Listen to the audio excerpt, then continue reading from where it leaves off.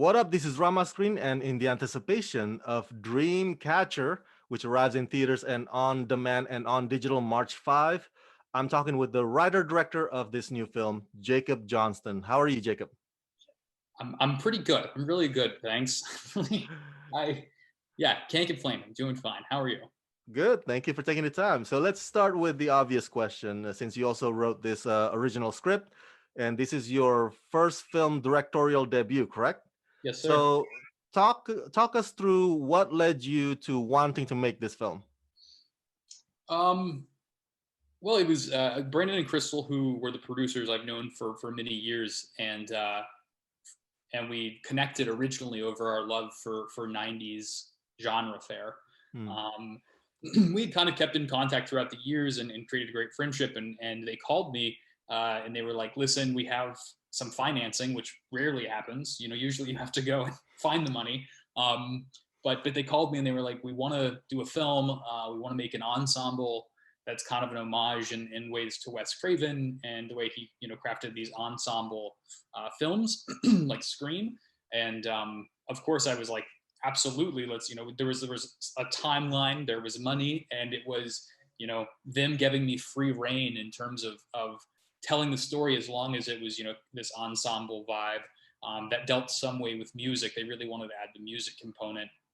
And I was thinking about it in terms of finding a way to organically marry how to have an iconic character, which is what you really need in a slasher type film. You need your Freddy or Jason, and I wanted it to make sense, and I wanted it to not have to be something that had to be super explained, because I don't want to waste the screen time and being like, well, why does he look the way he looks, or look whatever. So I was thinking about it, and EDM was such a thing in the zeitgeist right now. It's such a movement, it's a culture, and it's so identifiable. And it also is, oh, there's Marshmallow and Dead Mouse and all of these. It lets you have a character wearing a mask Mhm. without any explanation. The audience just buys it. And so, with that in mind, I started, the story at that base point, and let it organically come together. But yeah, it's kind of how it happened. This movie has a lot of twists and turns, so we're not gonna spill spoilers for viewers. But um, since you mentioned mask, I want to ask the design for that mask. How did you come up with it, or did you always have that exact design or picture in your mind as you wrote the script? No, it was when I was writing it, I didn't really know what it was going to be, to be perfectly honest. I wanted it to be simple, but I wanted it to be evocative, and I wanted it to be memorable without being grotesque. And Mm. you also had to buy it, that this would be something that people would, if he was a DJ, that this mask had to be something that didn't look egregious. Like, it needed to make sense. And I started working with an old colleague of mine from Marvel Studios, Josh Herman, who's an incredible artist, who designed characters like Groot for Guardians of the Galaxy, and many of the Iron Man armors. And we started talking about different design elements, and he did a few variations, just quick sketches. And this idea of using an owl, um, just like elements of the face, it was kind of a personification and an exaggeration of the human face in certain ways.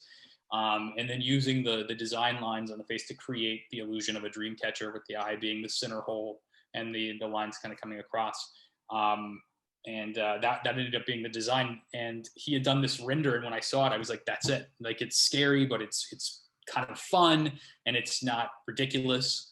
And the original idea was that it would light up, that those lines would actually kick on, and you'd get this like Cool. red glow. It just didn't work right, and I liked it with the more simplicity, because it got a little too comic booky. I mean, it was so cool, but then it was like, it might take me out of it if this killer's coming after me and there's like, bing, this red light that keeps on. It. I didn't want it to become too sci-fi. There needed to be a grounded element as well. I generally admire filmmakers who are not afraid to sort of dwell literally in the dark. And your film spends much of its time literally in the dark or at nighttime. Talk to me about the decision or the reason behind that, and the challenges or the benefits of shooting in such condition. Yeah, there's so much of what I wanted. I'm inspired by this color contrast, this idea of these darks versus light type situation, and I I didn't want it to feel there's a not sitcom-y, but I feel like in certain genre slasher type films, there's just a very like universal lighting setup where it's kind of like watching a TV show, and it works so well. But I wanted to kind of super stylize the film. I wanted it to feel like the movie was like a music festival where we're playing a lot with lighting. We're playing a lot with these really darks versus these really bright colors, and carry that throughout. You know, I wanted to live in a world that didn't just feel universally bright or universally dark. That there were kind of this up and down throughout the film, uh, and what that color story would translate as. Um, I don't know if there's a benefit. I mean, the most people would probably say it's not, because we were doing out of the shoot, 3/4 of our shoot days were nights.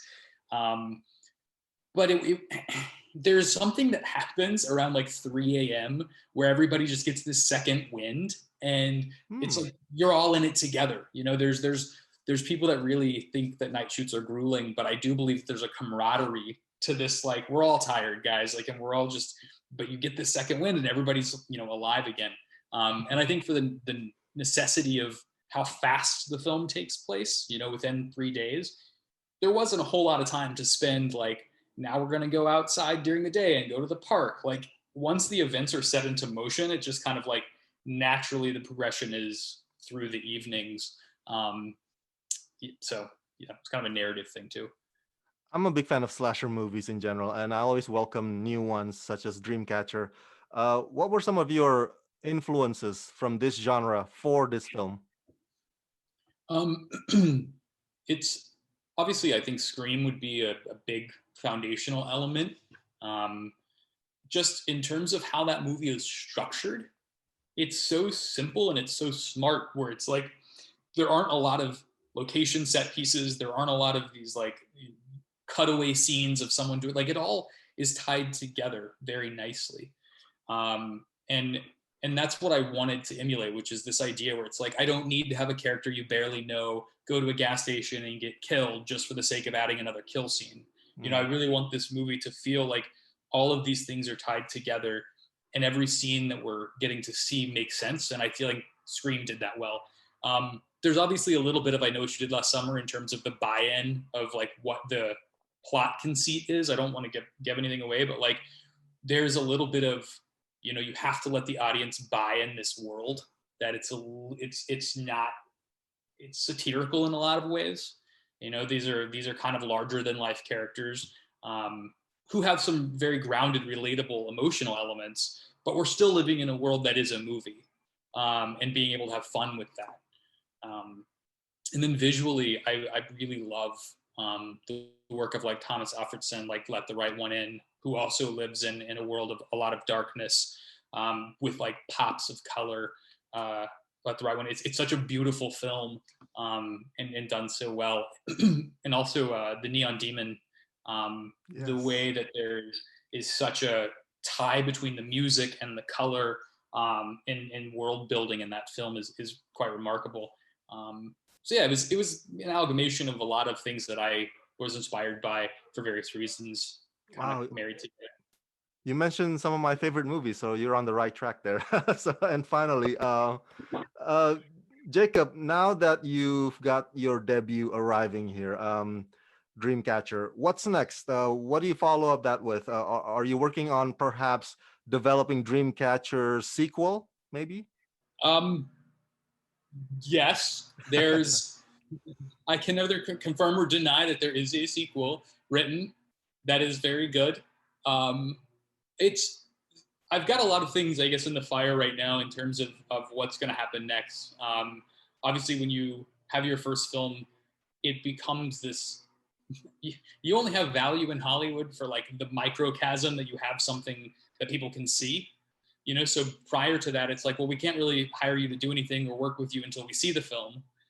And then, you know, there's a small window that, you know, once people have seen it, you can kind of find a way to network yourself in. But for me, it's just been a lot of writing, a lot of freelance writing gigs, and hopefully a couple different projects that I've got cooking to shoot this year, would be the goal.